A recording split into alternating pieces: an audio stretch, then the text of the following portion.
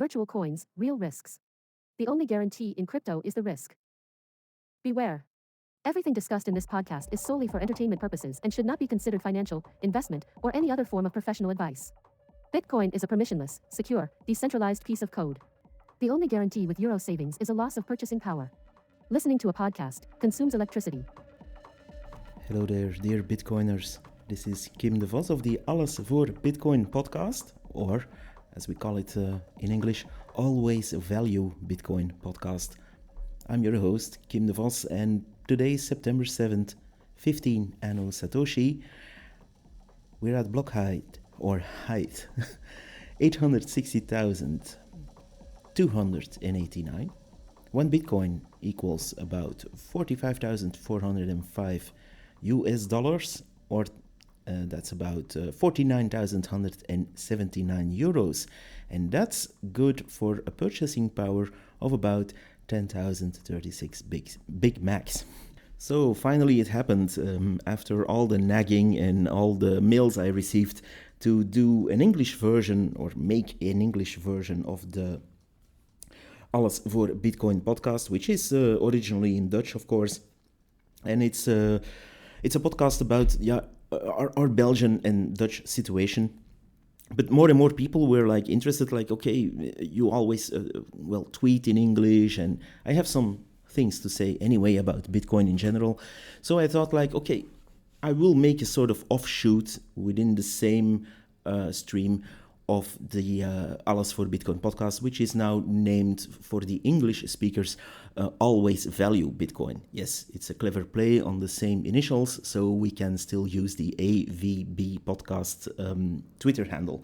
But other than that, it's an honor to do this because it's not easy. Because first of all, as you can hear, English is not my mother tongue, or mother language, whatever you want to call it. So I'm not a native English speaker, although I think I can make myself understandable for an audience that speaks English. Also, I had a podcast for years in English about Belgian history, so I think I can put two sentences together in English. Other than that, yes, I will make mistakes, and yes, that's how it goes, because there are so many Bitcoiners around the world that speak a sort of English and try to make themselves understandable. So I think it's time to move the Belgian podcast forward in this way. I will not do every episode in English. I will split my time between mainly the Dutch episodes, which just stay as they are. I will still create them, but on top of that you get more, and these extra episodes are in English because I really want to focus on making the voice heard of Belgian Bitcoiners. And that's important, and more getting difficult to get out there, because Belgium is a bit of a forgotten country, certainly when it comes to Bitcoin.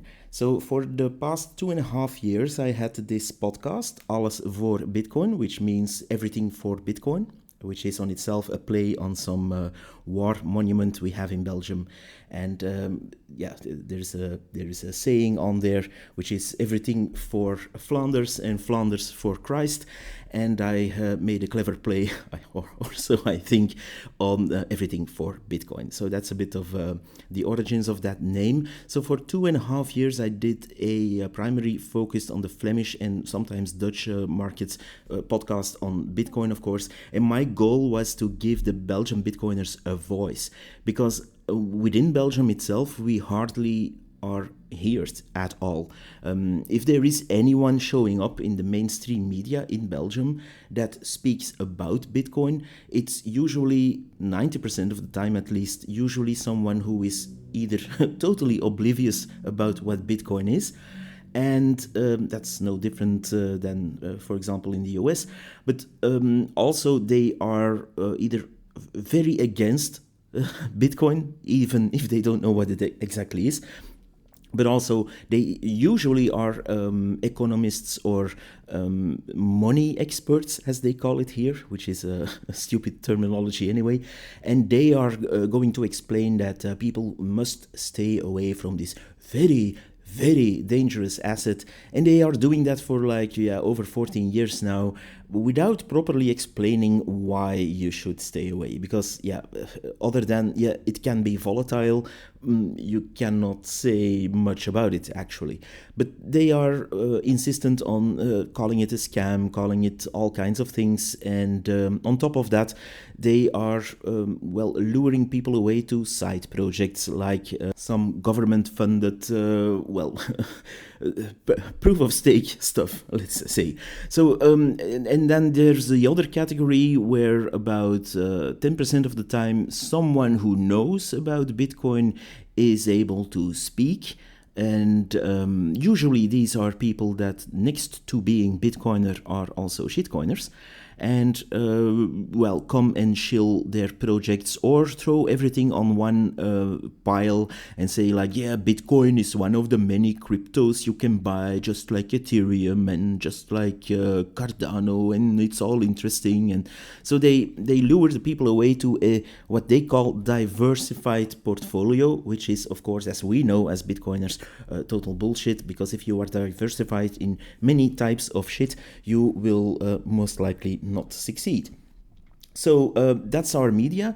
There are some very, very cool exceptions, however. The last couple of months, there were some articles where even Tuur de Meester was called to one of our newspapers and was able to get a full page of real explanation about Bitcoin, like it should be brought, actually. So there are some exceptions to that rule, but most of the time in Belgium, the rule is that either you get ignored as a Bitcoiner, or your voice is not heard, or you are represented by some bank or economist representative that is totally against Bitcoin but speaks on your behalf.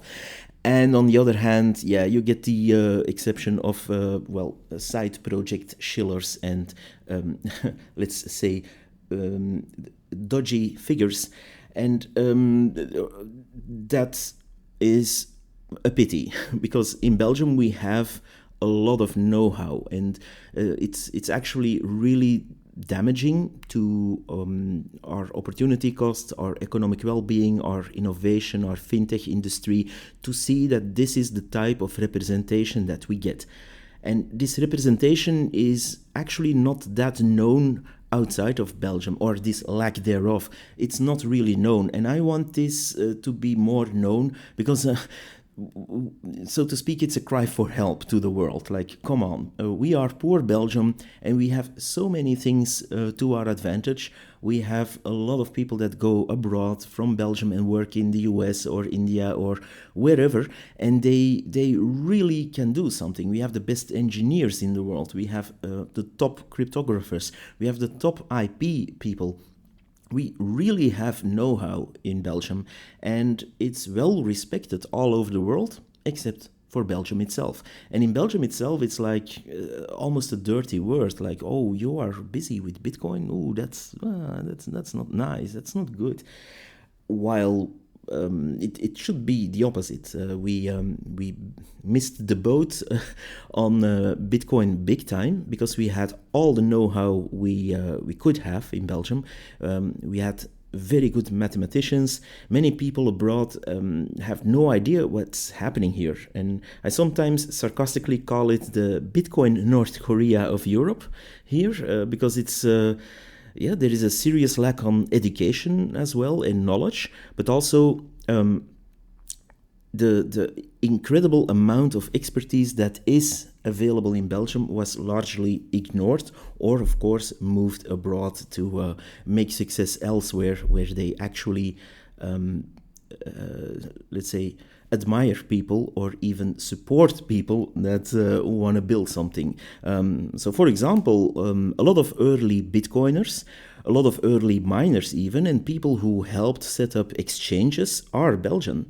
And or also, for example, the inventors of the AES encryption are Belgians. And many of the top cryptographers are Belgians, and builders and so on. So unfortunately, this country itself couldn't care less, and there is this deeply entangled view on our banks We have a few big banks here in Belgium that enclose this market and close it off or seal it off. And they are so powerful that they want to, well, teach the people what crypto is.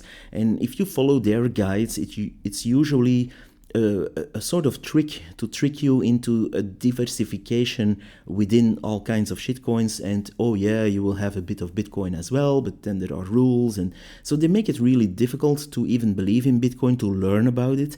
And that's a situation that's, of course, available in the case in many countries. But in Belgium specifically, the people are so uneducated about Belgium, about Belgium itself as well, but about Bitcoin, that it's time to, call that out. And it's no use to tell that to Belgians in Dutch, for example, or French, because they know, Belgian Bitcoiners know that this education level is very low. So it's no use to yell that every week. But, I do it anyway. But now it's time to get to the next level of that and inform the world about how it's going here. And let's say these banks and this media in Belgium really wants us, or the people in Belgium want to have them as fiat slaves. So spending their entire lives paying off a mortgage for a house, watching TV, and eventually dying unhappily in some retirement home when they while their kids can pay for that, also in fiat. It's a bit of a grim, let me say, theater to play in, and it's almost like you have to meet up with fellow Bitcoiners here in Belgium in small groups, and then you might encounter some people who think the same than you and get that the fiat system is broken and that we have something better, hard money. But other than that, if you like work in Belgium and just sit at lunch in an office building, for example, you will hear people talk about all kinds of things that were on television or that they read in the newspaper. But on itself, they will not touch Bitcoin other than, oh, stay away from that. It's all a scam. Oh, it's a Ponzi. They don't know. And why don't they get any education? Because these the roots are already there from like 2012, where they first started to mention Bitcoin here in the media, and immediately it was like the enemy. Immediately it was like, this is some stupid internet money, and it will never succeed, and don't buy it because it's all going to zero. So that kind of FUD is prevalent here. What we do have in Belgium is a few politicians that represent our country in the European Commission and in the European Parliament. And these people, which are about 5 or 6, I think, constantly vote in favor of restrictive or draconian laws. And people in the US might not immediately know the details on that, but for example, we have the travel rule here, which is a bit more widely known within the Bitcoin space, of course. But also we have this zero threshold KYC that's coming in January 2025. And this will come into effect and actually restrict the operators, as they call it, to have non-KYC transactions. And the threshold there is not €100 or €1,000, but 0.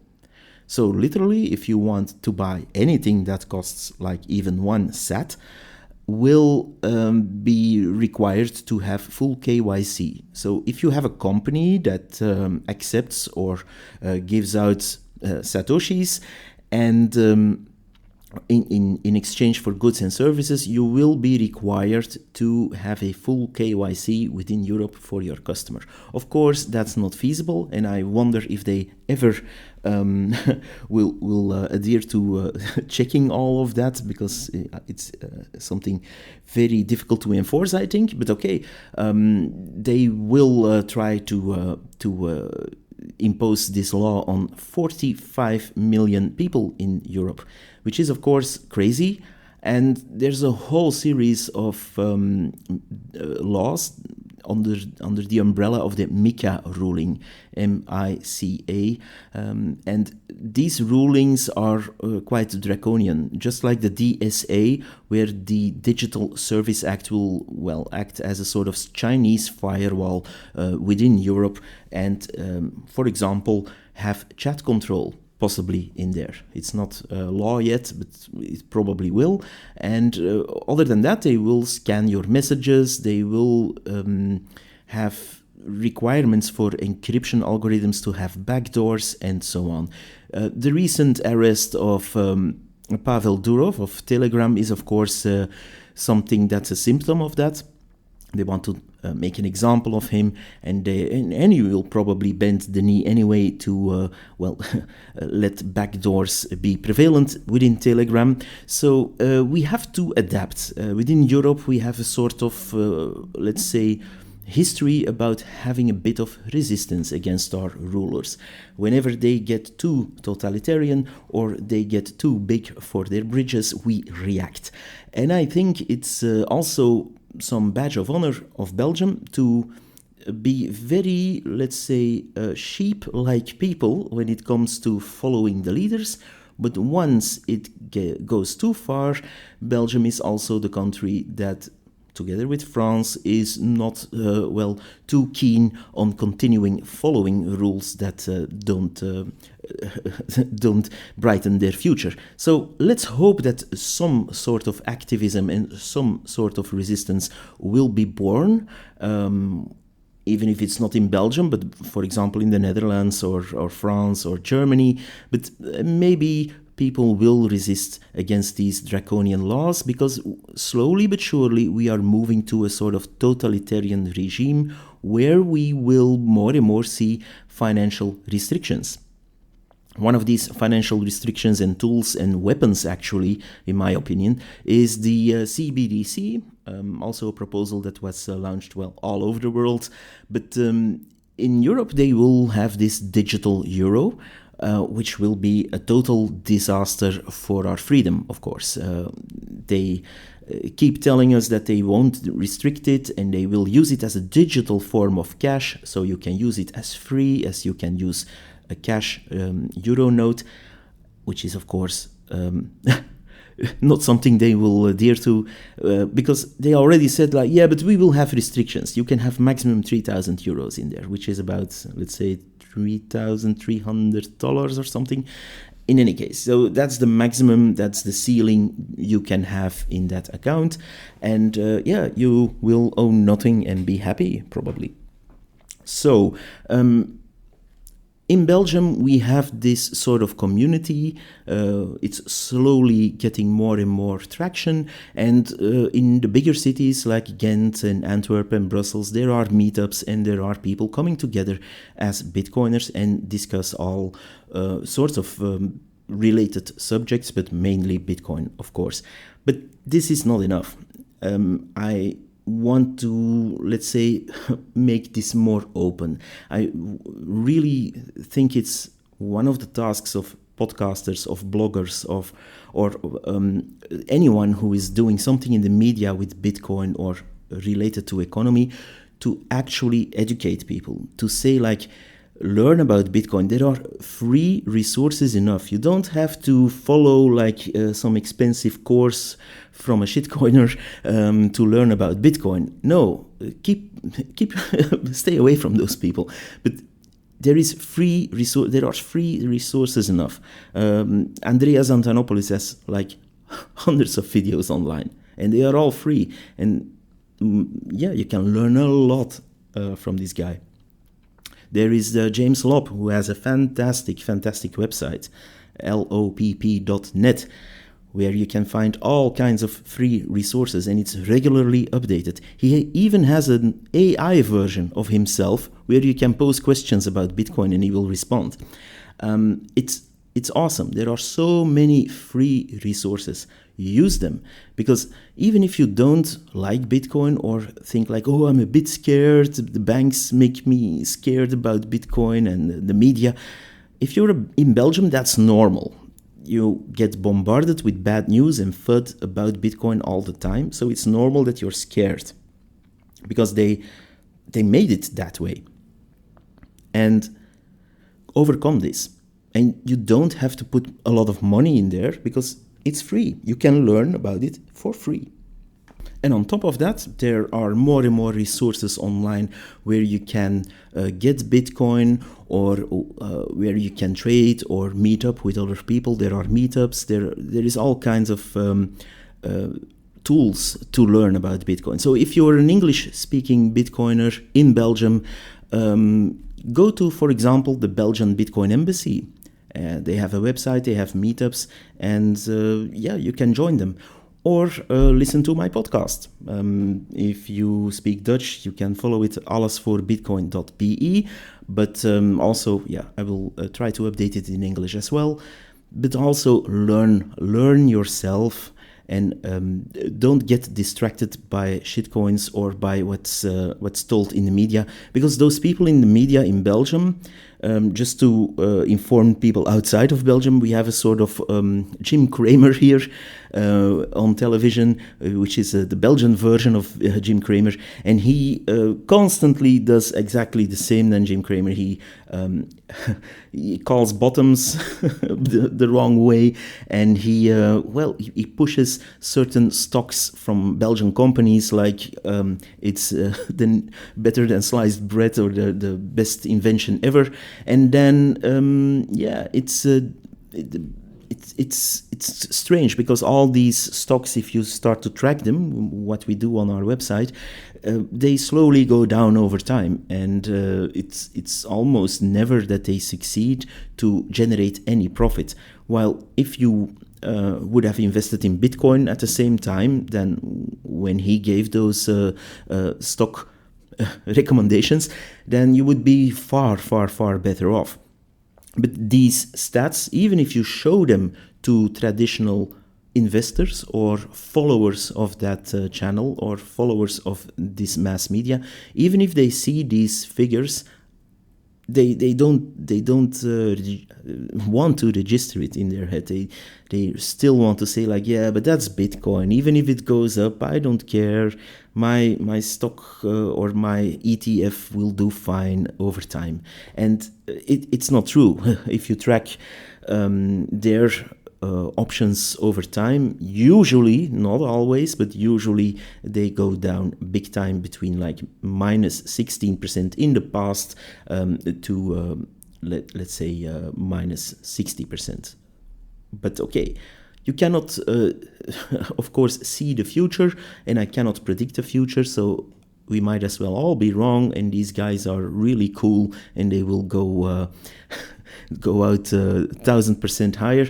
But yeah, something is wrong on the way that we get educated about Bitcoin here in Belgium, and it's getting on my nerves, because the most of the Bitcoiners feel like they are sort of in a large open-air prison camp where everyone loves fiat and they drag money to the bank their whole life, and they watch television. And if you talk about something else, like the daily life really gets expensive, or going to the supermarket is really, really getting tough for some people, then they ignore it and they say, yeah, that's how it goes, prices go up all the time.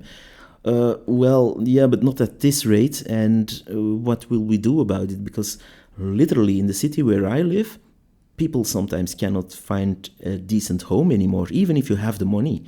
It's not feasible anymore, because there is a shortage and people are totally stuck. Because also something about Belgium that I want to tell, a lot of people here are they have a saying in Flanders, like they are really keen on having a house, and they are born with a brick in their stomach, as they say. That's a literal translation of that saying. But it's to say like, okay, the first thing they want to do if they're in their early 20s is build a home or buy a home. And there's a whole industry in Belgium that is specially aimed at those people, because they are early in their careers, and the first thing they do is walk to a bank and say like, okay, me over for the next 25 years, and then I will be a very good citizen and pay all what I need to do to get that home. And then they are really happy, and they do what is supposed to be done as a Belgian.